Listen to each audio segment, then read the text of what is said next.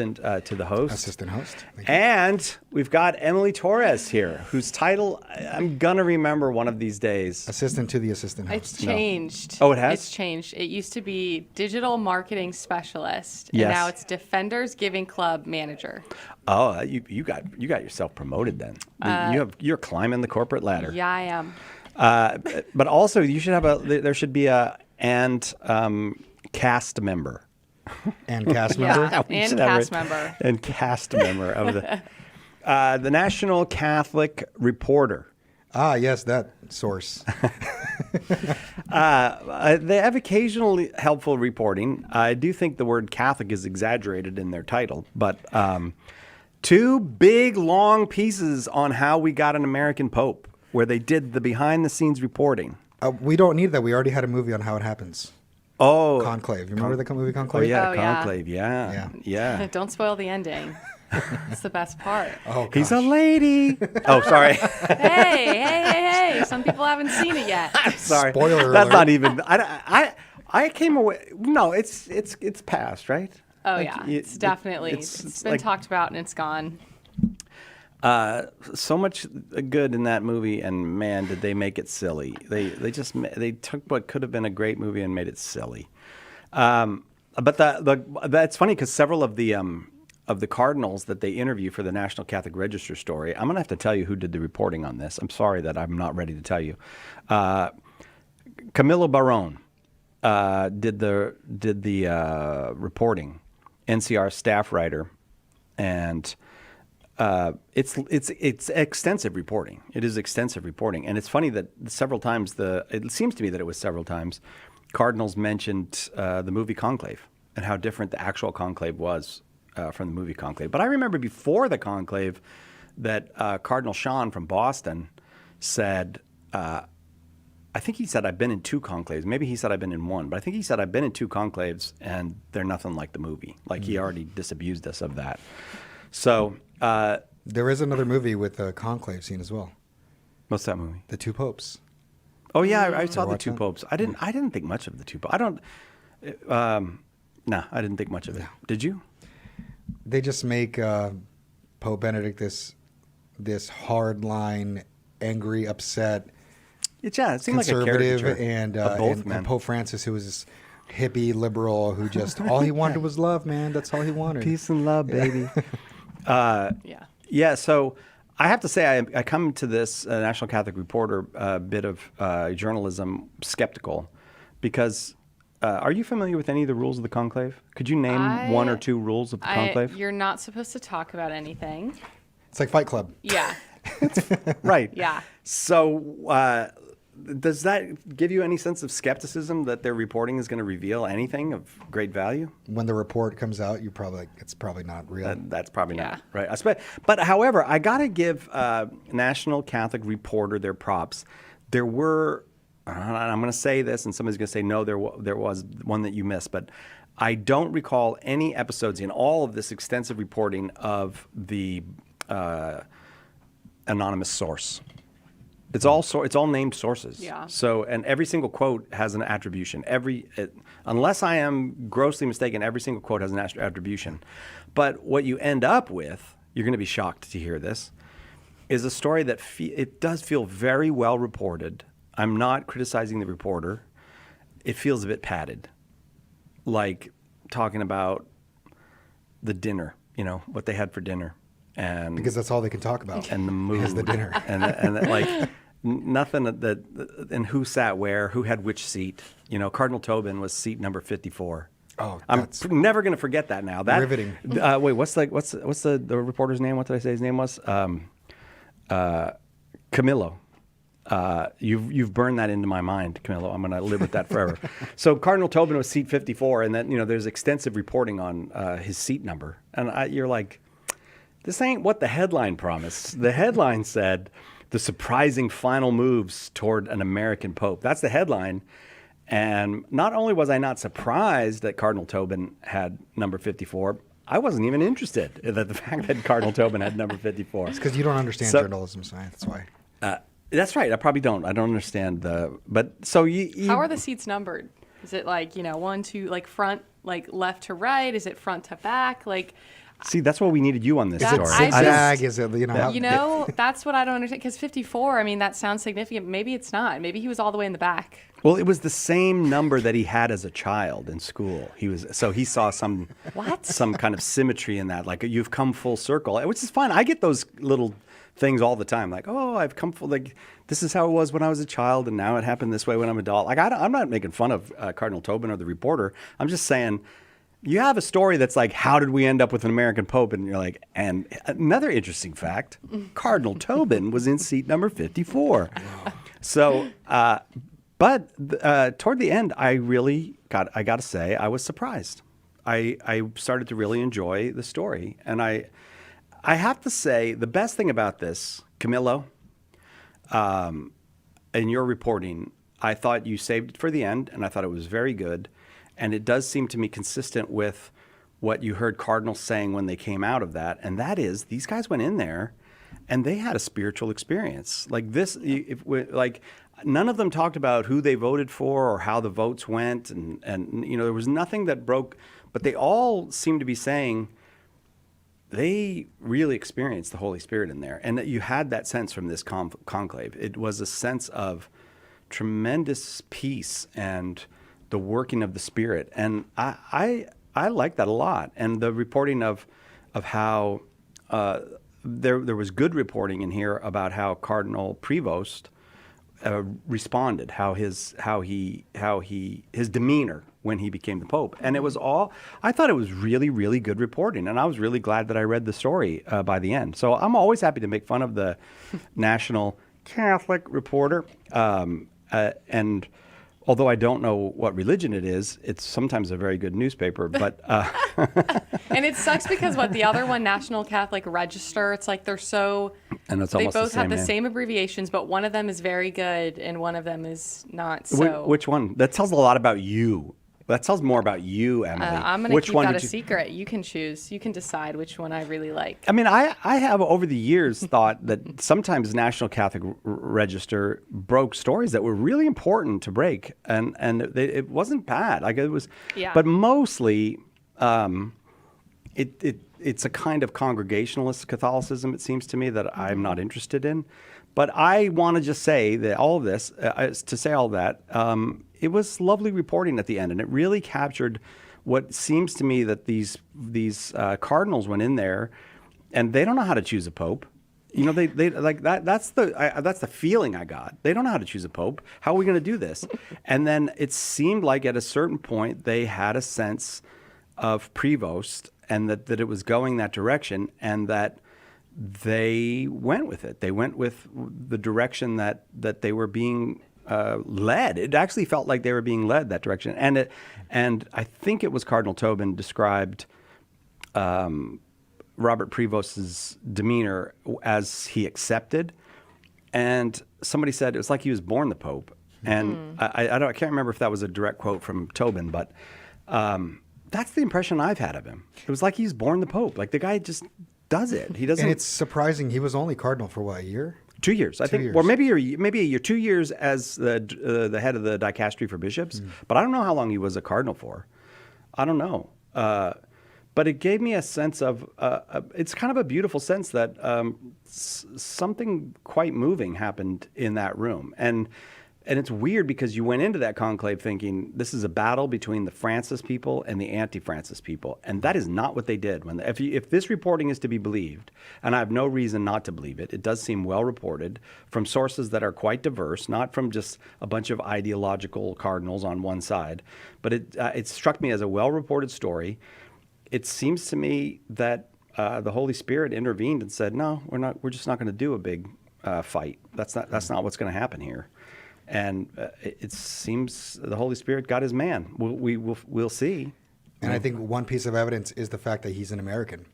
Oh, Because come on! Come I- on! Really? Think about it. I mean, why would any human want an American unless it's the Holy Spirit? Oh, I see what you're saying. Oh, yeah, yeah. Like that is kind of a little bit of it. Like, and several of them said, like that they. I remember one of the American cardinals saying this when they did their interview the day after the election. Was like, at a certain point, we weren't thinking of him as an American anymore. You were just thinking of him as this guy who had 4 He spoke 4 of the church's most predominant languages perfectly.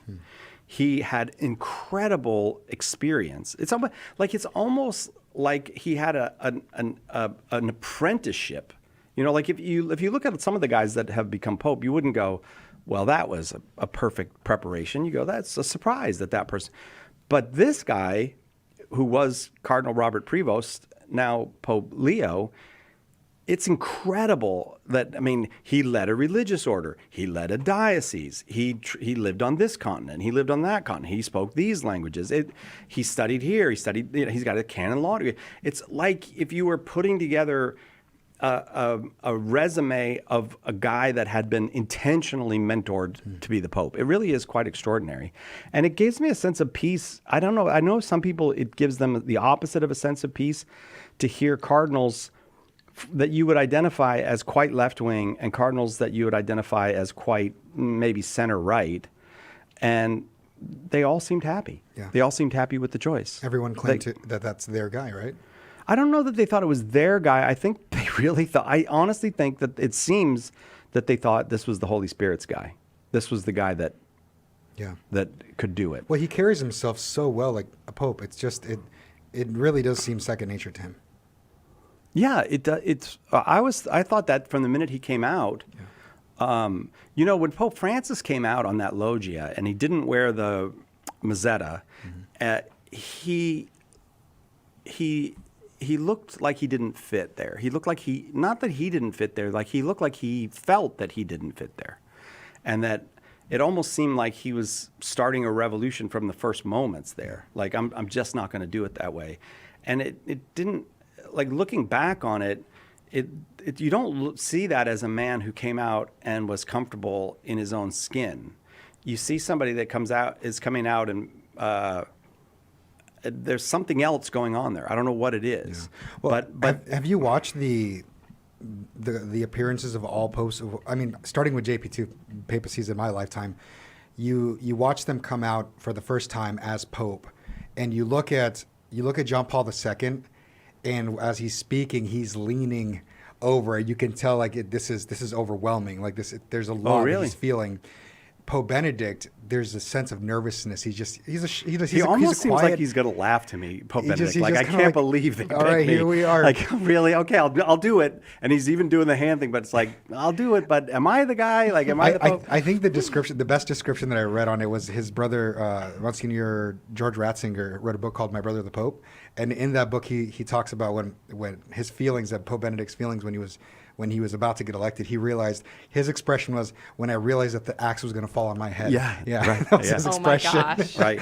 But then you looked at Pope Leo, and he looks comfortable. He just looks like he belongs. He does. Yeah. He doesn't look.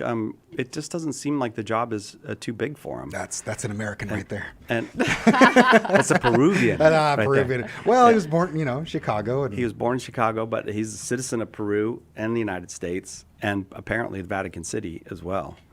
He's the only American monarch in the world. We don't have any other American monarch. I love that. any other American monarchs.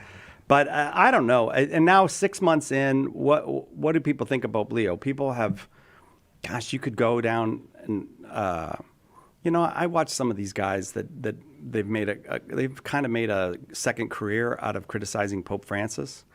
And I see their reaction to Pope Leo, and I'm not talking about Taylor Marshall. Everybody's going to think I'm talking about that. I'm not talking about Taylor Marshall. I'm really not. Not to mention names or anything, right? Doctor. No, I just want to be clear that I'm not talking about Dr. Taylor Marshall. I'm just some of the online people and media people who made a kind of a second career out of criticizing Francis. And I feel like, okay, you did that.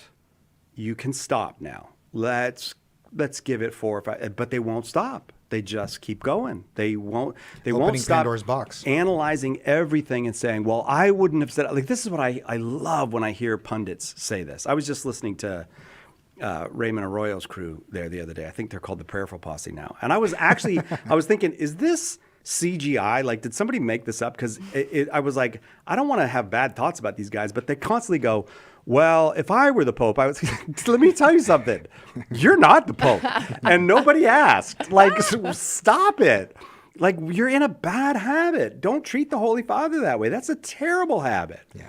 And there's quite a few of them across the internet still doing that. I feel like 6 months into a papacy, you should remember the papacy of Pope Pius IX, who was a crazy, wild-eyed liberal. At the 6-month point, you would say, that's a liberal pope.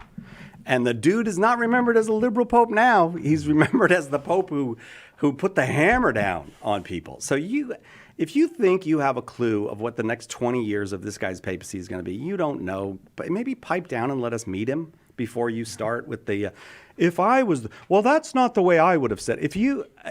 I'm sorry, that's humiliating that people with doctorates and are saying, if that's not the way I would have said it. No, literally. JJKK. Nobody asked what you thought of. Well, actually, maybe somebody did. Maybe the host did. Go ahead. JJKK put it perfectly. Complainers like to complain. Complaining is addictive. It is. That's the problem. I think we is. got addicted to complaining about the Pope. Let it go, people. Well, give him a while. It's chasing the clicks, chasing the headlines. You always Right. have to be commenting and being the most outlandish or the most outraged. Right. Feels like it. And Michael Morvan says, if I were the Pope, the church would be in big trouble. Michael, I think we agree. Yeah. We love you, but I think we all agree. I think I would be an awesome Pope. Well, I do. I think I would be an awesome Pope. I think it would be very good for the restaurants of the city of Rome. If I were the Pope, they'd be like, the Pope can buy again. There would be papal donuts every morning. Oh my gosh. Yeah, I would be an I awesome. would love that. Maybe my aspirations are too low. Yeah. at least a cannoli, man. Come on. You're in Italy. Oh, cannoli, yeah. Okay, I want to say something blasphemous right now. Oh, no. A donut is better than a cannoli. Oh, Oh, I love donuts. I agree with you. A donut's better than a cannoli. If someone said you can have a donut or you can have a cannoli, it would have to be a heck of a cannoli to talk me out, to get me away from a donut. donuts are good. Have you ever had a mochi donut? Those No. are good. Have you ever had a I mochi haven't donut? I They're haven't. amazing. They are The donuts amazing. in California, that's like the one thing I miss here. Like they don't make them here like they do everywhere else. Like they're great here. They're dangerous here. Really?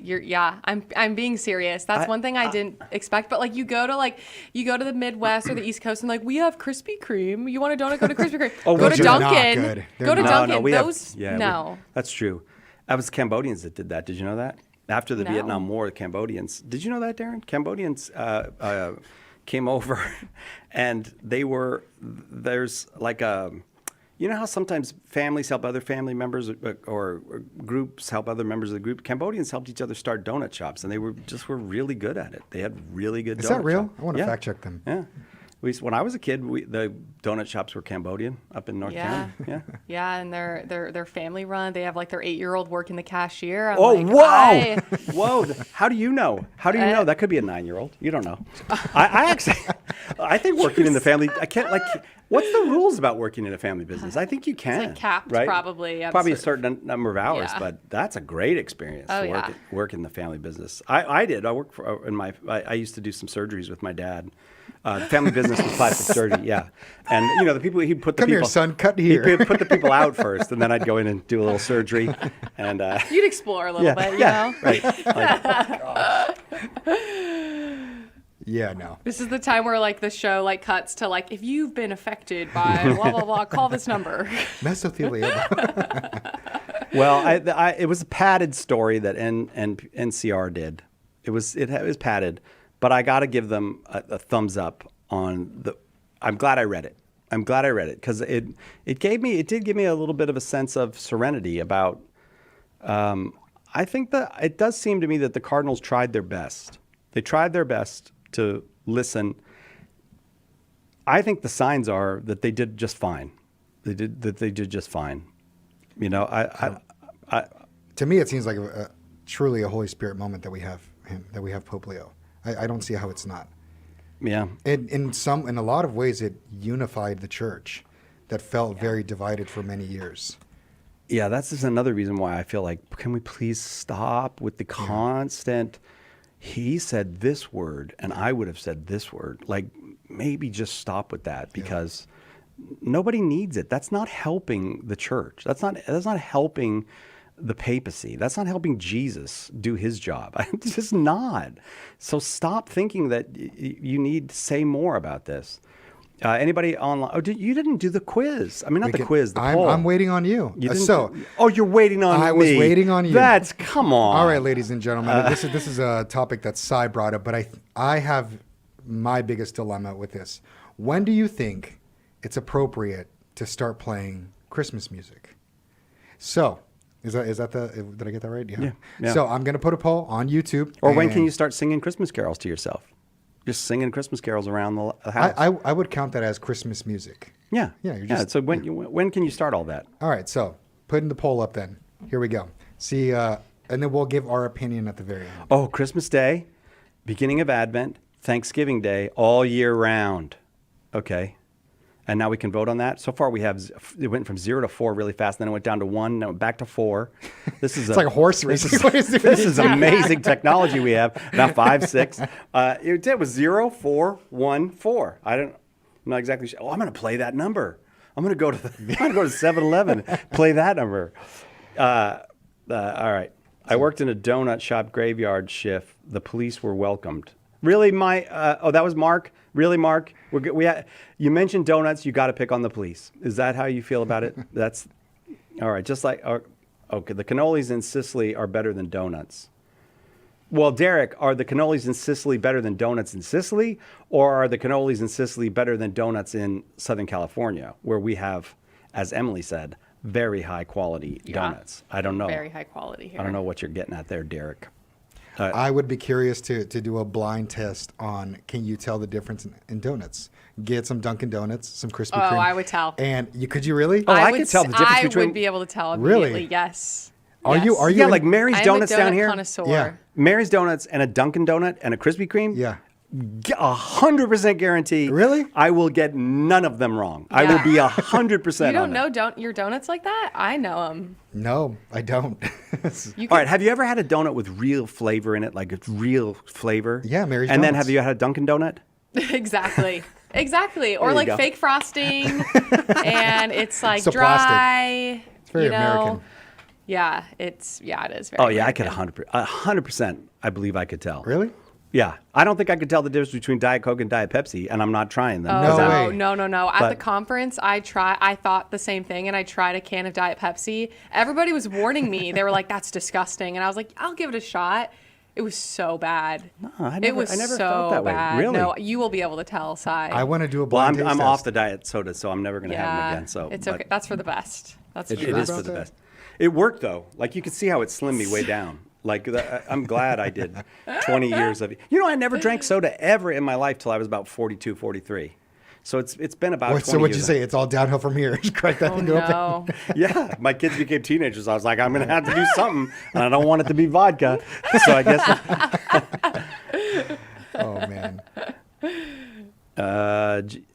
Jesus talks. Hi, everyone, especially my Mexican brother Edgar.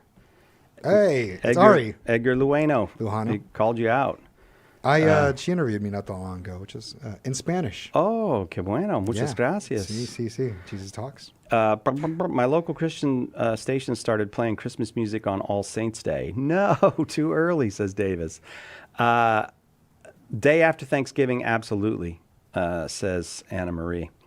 I want to read a story to you guys, but do you have it, Edgar? Because I forgot to bring it in Oh, here. the story? Can you just forward it to the host, or just put? Yeah, I can. You know the one from the New York Times? Yeah, I know exactly what you're All right, let me ask you a question. I'll tell you what the story is. There's a lady on the New York Times, and she writes like she's a therapist, and you write in. I actually believe the column is called "Ask a Therapist." Yeah. I'm pretty sure. And so here's the question that a woman asks. She said she believes in God. She taught her son and her other children to have, a kind of a religious dimension to Christmas. And then she went to her daughter-in-law's Christmas, who married her son, and her daughter-in-law said there is no God, and then there was no God involved in their Christmas celebration. God was kept out of that. And, but why even have Christmas then? Yeah. But anyway, so she was like, there was no blessing before the meal. There's all these things that she wanted that they weren't. But okay, but it's your daughter-in-law's house. She's the hostess. You do what the hostess says.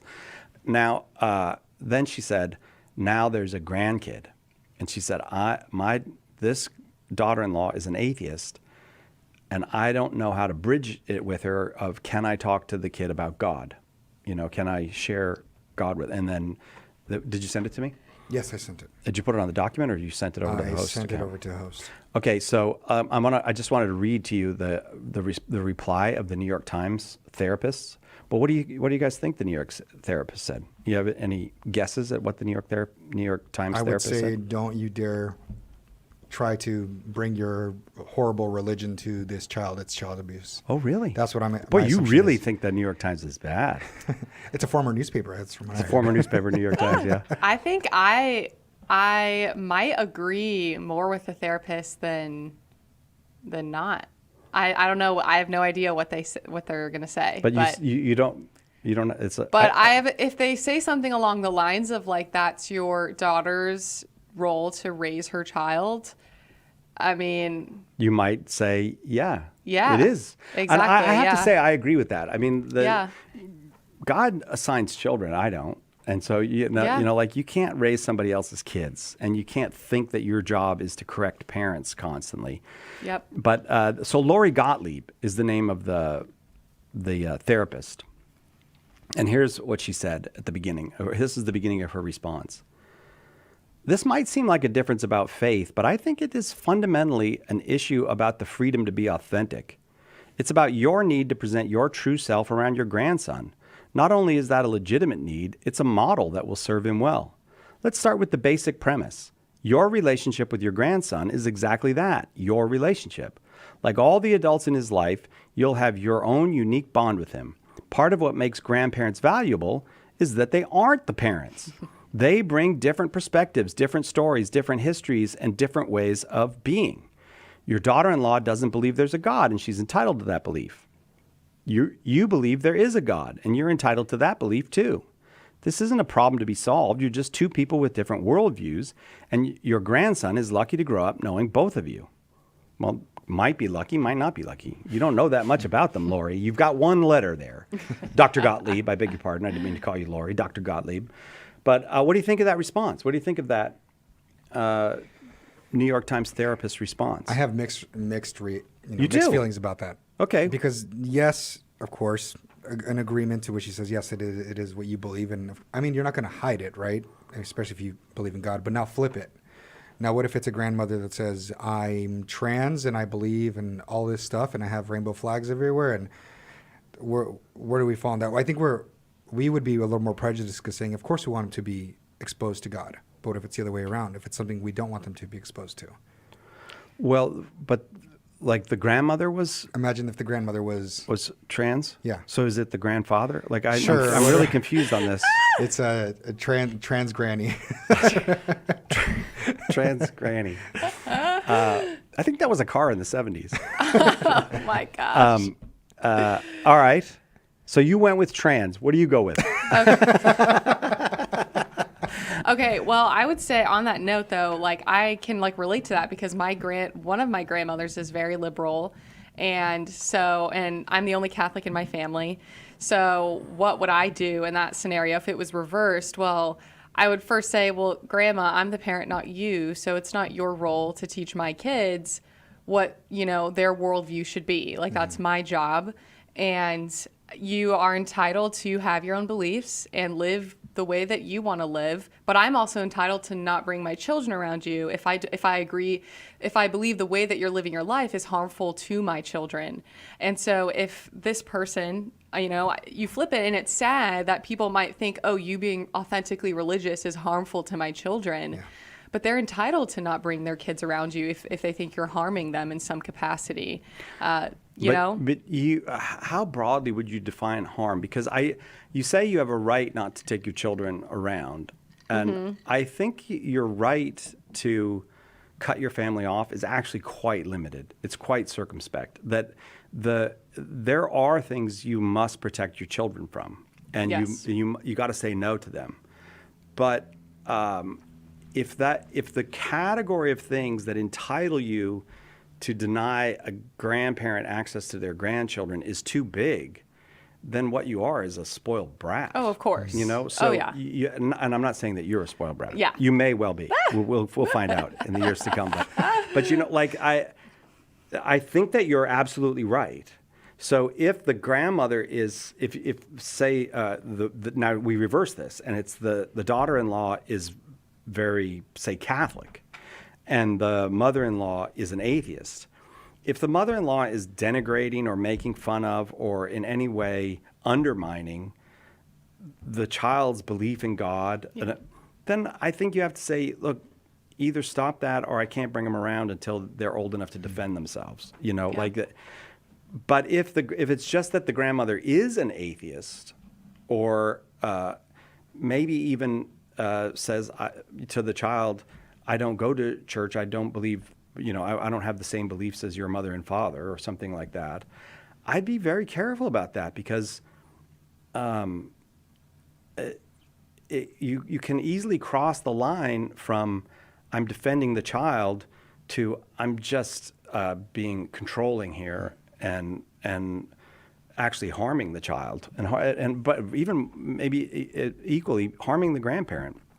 You know, that person gave birth to your husband. That entitles them to something. You know, unless now completely I will grant there are times when you have to say to grandparents, no, you can't do that. This is not acceptable. We can't. If you're going to be drunk every time the kids come over, the kids can never come over. Or if you're going to be bad mouthing my spouse every time the kids come over, they're not coming. You know, but I'm worried about your generation. All the people who are cutting toxic people out of their life. Yeah. They're not toxic. They're just old. Like, stop it. Or they just believe different things than you do. Yeah, and you don't have to fit somebody into your mold of how someone should be. Right. And okay, you stopped reading right at this part of the therapist's response, but I really love this. She said, I say lucky because children aren't so fragile that they crack the moment they encounter a contradictory idea. Right. And I think that's what our generation needs. Like they feel this gap between, you know, oh, if you believe differently than I do, if you hold a different political belief, a different religious belief, whatever it is, I can't be friends with you. Like those things cannot coexist. But that's just not true. Very clearly not true. Right. But there's something in my generation where suddenly people think that is true and they can't coexist with someone that believes in God and they don't, or goes to church and they don't, or is a Democrat but they're not, or whatever it is. Yeah. You know? Right. And so I think like people I agree with you. There is a certain criteria for what actually constitutes harm. And your grandma believing in something different than you is not harmful per se. No. If they're trying to indoctrinate your children, if they're going behind your back and saying things, crossing boundaries that you've explicitly drawn, I mean, yeah, that's disrespectful. Does that constitute you cutting them off? I don't know. I have no idea what the situation is. Right. That's the problem is that every single instance of this is a prudential problem. It's there's not you could never ever be like, here's a blanket rule that covers all these situations. They're all so fluid and so complex and so personal. But so one of my children's grandfathers, an unbeliever, and the kids were singing at Mass one Sunday, and he was super proud of them. And I said, "You're welcome to come to Mass if you want." And then he looked at me like I was trying to hook him, you know, like I just felt like he was like, "Oh, like don't even try it." You dude. have the net ready to go, throw it over him, right? And he said, "No, I'm not. I don't want to go to Mass." And that was probably the only time it came up. But the kids know that Grandpa's different than Mom and Dad. We weren't so like enmeshed that they couldn't tell the difference. And they probably I mean, in this case, maybe they would have liked him to come hear them sing, but there was other opportunities to hear them sing, and he was always there for them. He just didn't want to go to Mass. What if my wife had been like, or what if one of us had been like, well, we need to cut him off because that's a bad example to the kids. I think that itself is a bad example to the kids. Immediately cutting somebody off because they disagree with you. Yeah. Like not believing in God, that's not what I would choose for you. But you raised my wife, and so many good things that are in her are from you. And a lot of bad stuff that's in her is from him too, though. I can tell you one of them. I'm going to tell you one of the bad things. He came over to babysit for us one night when the kids were little. We were going to go out to dinner. And my wife said to me, I just wish I had some chocolate. And just before, she's having a chocolate moment. Have you ever had a chocolate moment? Yeah. She's Had one last night. On the daily. On the daily. She's having a chocolate moment before we go out to dinner. She's like, oh my gosh. And I'm ignoring it because I'm just thinking like, she's not saying, would you go to the store and get me chocolate? She's just saying, oh man, I wish I had some chocolate. I got a hankering for some chocolate. I've got such a sweet tooth right now. And so we're getting ready and everything. And the kids are getting ready for Grandpa to come over, knock on the door, open the door. It's Grandpa. And he's standing there with Hershey's Kisses. And he goes, I thought Missy would want these. And I was like, this is why I can never make her happy, dude, because you could read her mind from miles away. This is why she's never happy with anything I do. So I yelled at him about that. Are you okay, Sai? Are you sure? Oh, yeah. I've had so much therapy over this. Yeah. But, I don't know. And I think, my mother was a super Catholic, and some of the in-laws they probably had to put up with her, a little bit. Like sometimes you just got to put up with people, and you do have to kind of go, the kids can deal with it. They're going to be all right. Now, there are things that I think you just can't, you can't, like the behaviors that are truly irresponsible or are truly immoral. You can't expose children to that when they won't know what to make of that. Yeah. What about, like, for example, so your family, you're hosting Christmas. Yeah. You're all going to mass, and the in-laws are like, no, we don't believe in that. We're not going. Yeah. What would you put that in a category of like, maybe we should just invite them over after mass so we don't even have to expose the kids to like, oh, they're considering mass as optional. Oh no. You know? I mean, I wouldn't, I think as a parent, if you make clear we go to mass every Sunday, kids just go along with it. They know you go to mass every Sunday. And if they have a question, like they get at a certain age, the question will be, why do they get to stay home? Yeah, and exactly. At other times, early when they're young, it'll be, why don't they come with us? But then later it'll be, why do they get to stay home? and then you gotta, but if you don't have an answer for that question, Yeah. Well, to me, it's a teaching moment for kids. No, it's an evangelization moment. So they don't necessarily believe in God. We can invite them. That's what we're called to do: is to invite everybody to come worship Jesus with us. Yeah, it's an evangelization moment. I think it's for your kids. It's an evangelization moment. Yeah, to show them what the gospel is. I just don't think you should. But some of this I'm realizing is my age, that I'm of the grandparent age, and you two are of the parent age, and I'm like, you better not cut those grandparents out. But if my kid if one of my kids said, don't say this or don't do this around the kid, because like I know people they're normal, but their kids are not normal. Oh. So the kids are like, they have a whole list of restricted foods that the child, in many cases, can't even know about, and you're like, okay, that's not normal. But as the grandparent, you go, okay, like you're the parent. If you say they can't know about, green bean salad, they can't know about green bean salad. Darren, can you share the story of Disneyland? Oh, I loved it. Check that. Let's listen to this. This is well, great. My oldest is 9. Yeah. And I'm doing my best to make sure they don't know Disneyland exists. And I think they just finally heard about it this year. Yeah. Are they shocked? They heard it on a Spotify ad or something. Like, Dad. Because we were like driving by. How did you never know? Yeah. How'd you never let us know? Yeah. I don't think they know exactly what's inside Disneyland. Yeah. But they know there is something called Disneyland. Just say they misheard and it's Disney World, and that's across the country. That's too much. Well, they're for still going to travel. want to go to that. That's true. The kids don't know anything about that. There's a whole world of Disney. Yeah. Well, here's the thing, though. How many kids? Next week it'll be 6 kids. Right. And so you, Rena, and 6 kids, 8 people to get in. About $150 each to get in. So for your on discount days. Well, no, the kids are a little cheaper and everything, but Yeah, but let's just say 100. Let's see, like that. Let's go crazy and go $100 each to get in. So $800 for your family to walk through the door of. Nobody's eaten anything. Nobody's had a drink. Nothing. $800 for you to get in. On high demand days, it's $224. Well, don't go on high demand days for crying out loud, Darren. What are you doing in there? You're supposed to be good with money. Like that's insane. Like I wouldn't want kids to know about Disneyland now because it's not a matter of like, well, someday we'll take them. You're just not taking them. It's Disneyland or college now. Yeah, pretty much. That's yeah. too much money. $800 to get in the door of something with your family? Like that's crazy. That's insane. Don't get started on the cost of the churros, man. Oh, and the line. Oof. in the line. Wait, in Disneyland? Oh, yeah. They have expensive churros? All the food there is just absolutely Yep. bonkers insane. Yeah.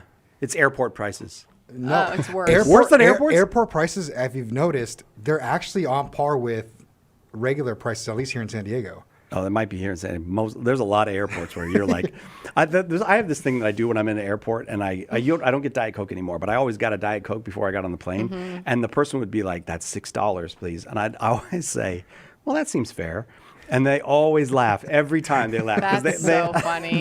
because they So know it's funny. not fair at all, but it's not their fault. They're just the person standing there. But oh, that'll be $6. Yeah, that seems fair. A special churro is between $6 to $7.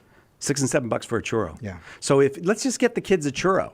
So let's do the math on that. Just go to $36 For what? to take a churro break with the family, and Rita didn't even get one, and you didn't even get one. Just the kids. You could just eat And- what the and little they, ones they don't take finish. one bite and then they're like, I'm full. I don't really like it, Dad. Oh, I dropped mine. I dropped mine on the floor. Oh my god. Can I get another one? Yes. Okay, $42. We're up to now. Well, okay, one last thing I want to add is the church forbids you to baptize your children or Your grandchildren. children that are not your own.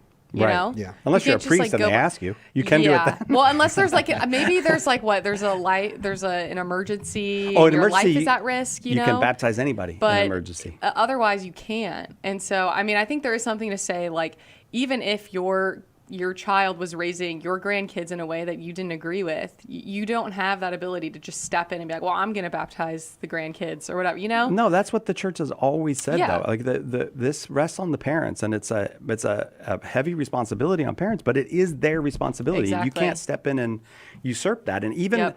like if I have a daughter-in-law or a son-in-law who doesn't believe in God, I really feel I would be compelled to talk with them about what is it acceptable for me to say to the child. Like, I'm not going to not say that I believe in God. I'm not going to pretend like I'm going to the store when I'm going to mass. I'm not doing that stuff. But would it be okay? Because I actually know a lady, her daughter doesn't believe in God or isn't religious, but she's very Catholic. And she said to the daughter, "Can I talk to the kids about God?" She said, "It's fine with me. They got to make up their own." And the kids asked to be baptized. It was, and the daughter wasn't. She wasn't against any of it. She Yeah. doesn't believe any of it. So you should. Having an open conversation is important, but I feel like you have to ask if the parent is an unbeliever, you better get some clarity on what it's okay to say to the child. Although sometimes maybe ambiguity is better. Well, you never said. I couldn't say. Yeah, prudence. But many people have come to the faith because of a grandparent, just because the grandparent was faithful and good. Yeah.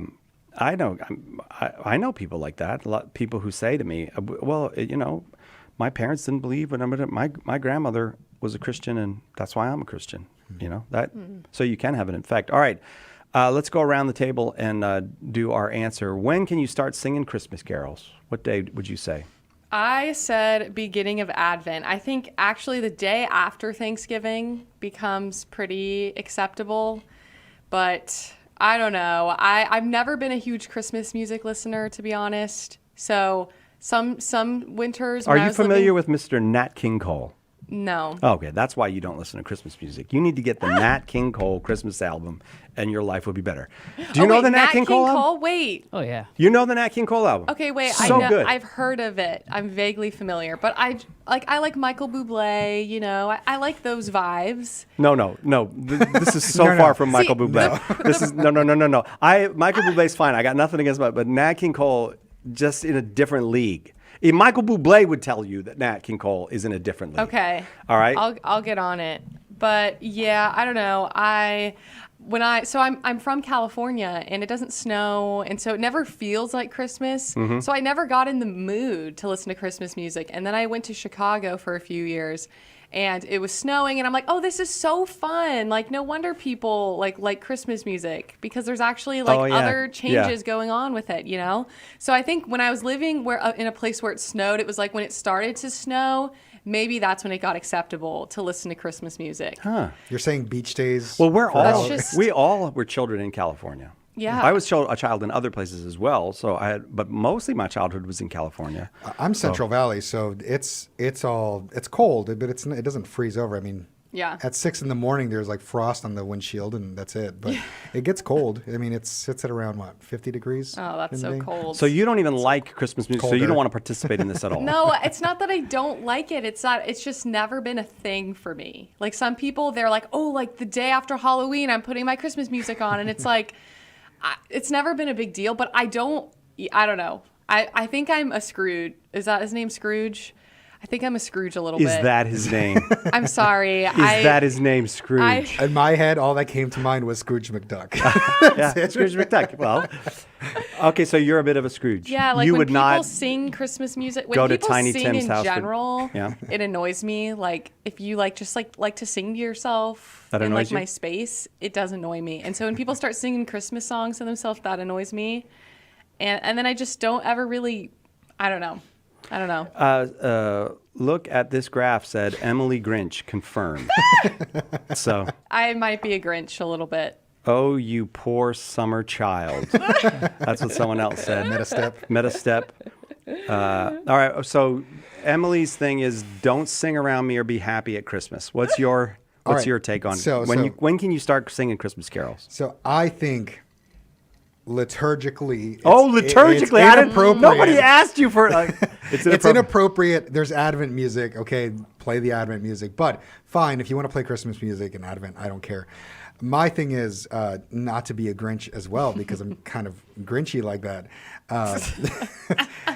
So for me and my family, Christmas time has always been a sad time. A lot of deaths. Oh, that's hard. And in my 20s, the last half of my 20s, every Christmas I was recovering from surgery.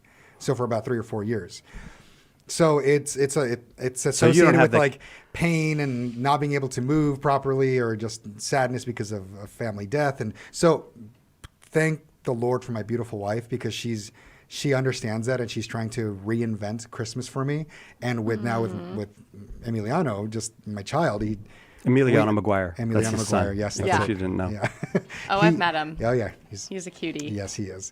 And we want it to be a joyful and happy time. So I'm trying to break out of that, and it's difficult because whenever I hear Christmas music, I kind of get sad, Oh, and yeah. it kind of makes me a little unsettled. I don't like it, but I'm trying to break out of that. So Advent time is fine. I despise seeing Christmas decorations at the stores right now around Halloween time. There should Yeah. not be Halloween decorations and across the aisle there's Yep. all the Christmas decorations. It's wrong. It's borderline sinful. That should not be happening. I'm just waiting for you to take a strong position. Remember we talked about you need to take stronger positions on stuff. I don't know. It says here, beginning of Advent, 55%, and that was your take, beginning of Advent. Thanksgiving Day, which is virtually the same as the beginning. I mean, it's within a few days usually of the beginning of Advent, 18%. All year round, 16%. Those are my peeps. Christmas Day, 11%. Christmas Day? Those are the Christmas Day, 11%? liturgically correct people. Oh, so they're only singing "O Come Emmanuel" and then they can That sing. is a bop. Yeah, that is a great song. Which is it? Is it a bop or a great song? That's what bop means. That's what bop means. That's a bop, huh? Aw.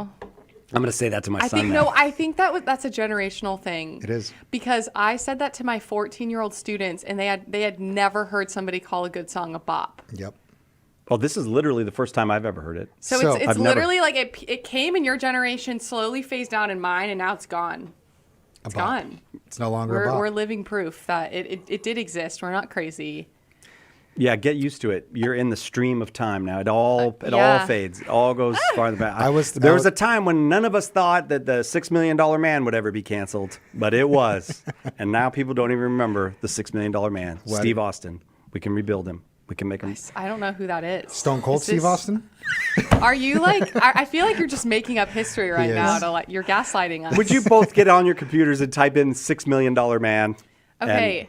Wait, I have a question. So, Yeah. as somebody that was not raised Catholic, Advent's supposed to be the sad time, but how am I supposed Why to is be that supposed to be a sad time? I don't. It's supposed to be a season of penance and. Oh, so you have to be You sad know- to do penance? It's a season of preparation. Okay. How do you prepare for a feast? Don't eat. If you're going to have a really nice meal, you want to make sure you're not eating as much. That way you can really feast and enjoy. Unless your father-in-law brings chocolate over for your wife. And how does that make you feel, Si? I'm still dealing with the feelings. So you're supposed to be practicing penance, but joyful in the midst of it. So This is actually, this is, how old were you when you became Catholic? I was 18. Okay, so let me just explain something to you about the Catholic Church.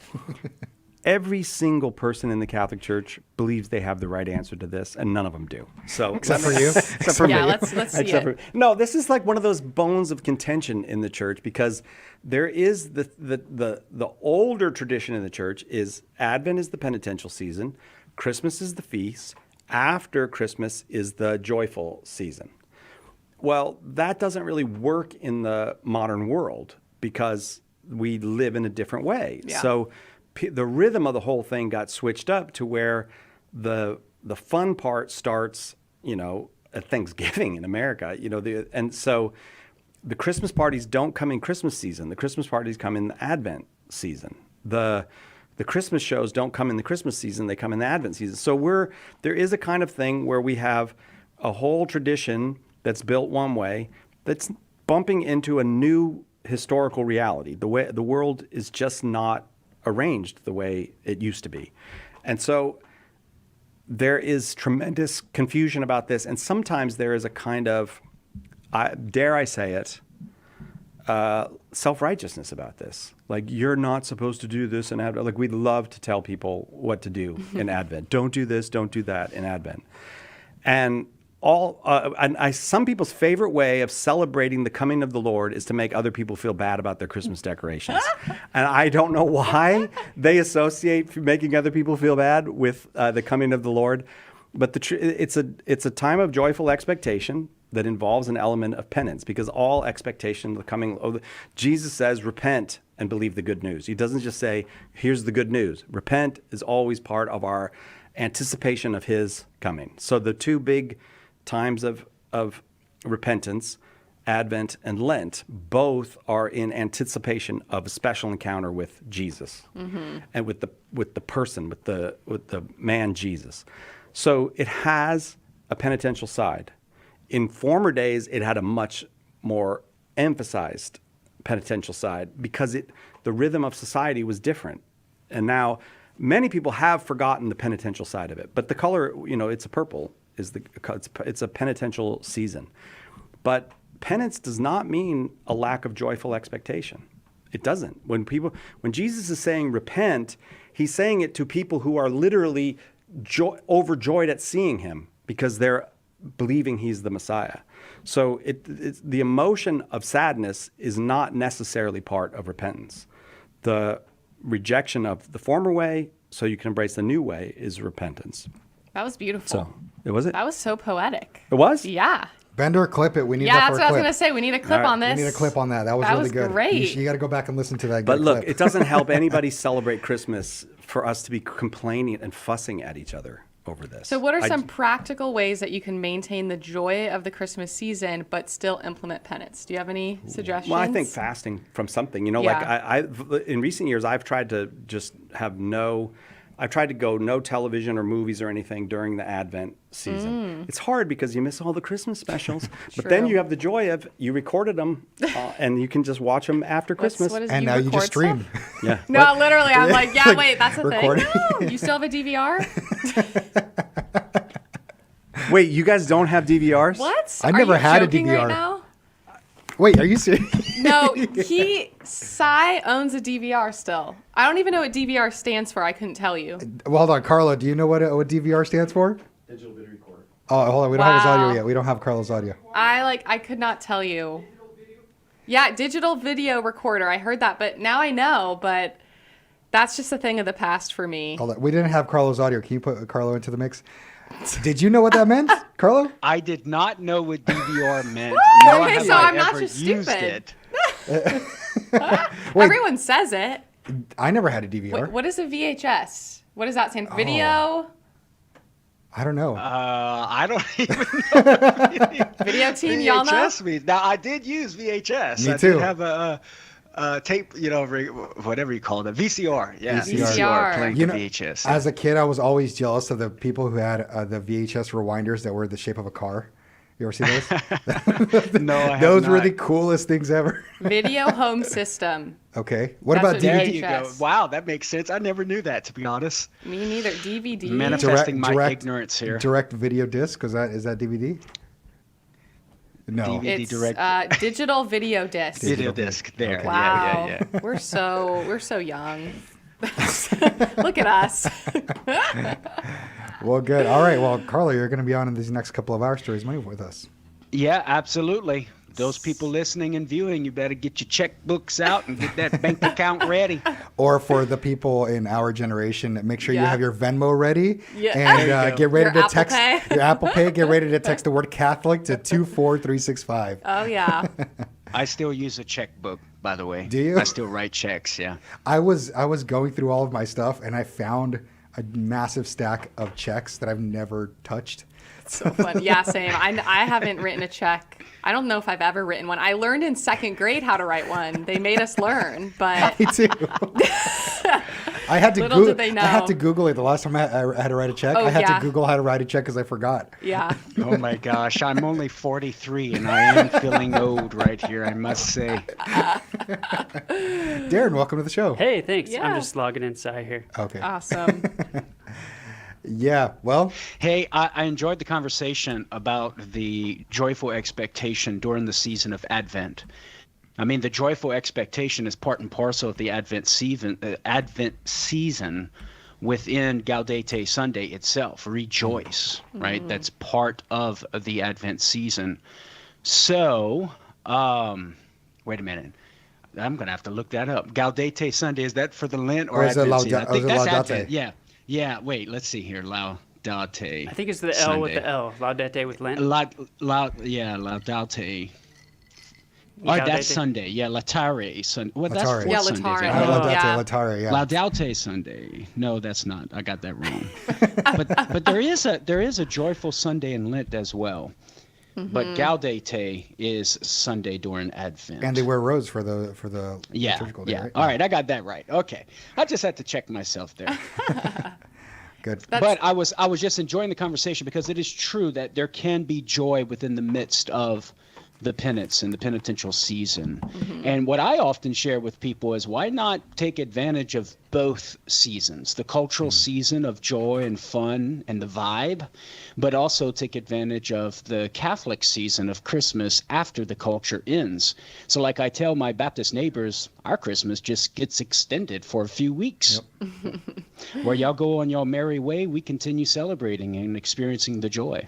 Yeah, beautiful. All right, well, now we got to hand it back over to Cy. So good talking to you, Carlo, and let the show and the Yes. fundraising begin. I may Good talking to see y'all. you again in a few. Absolutely. Say a prayer for us.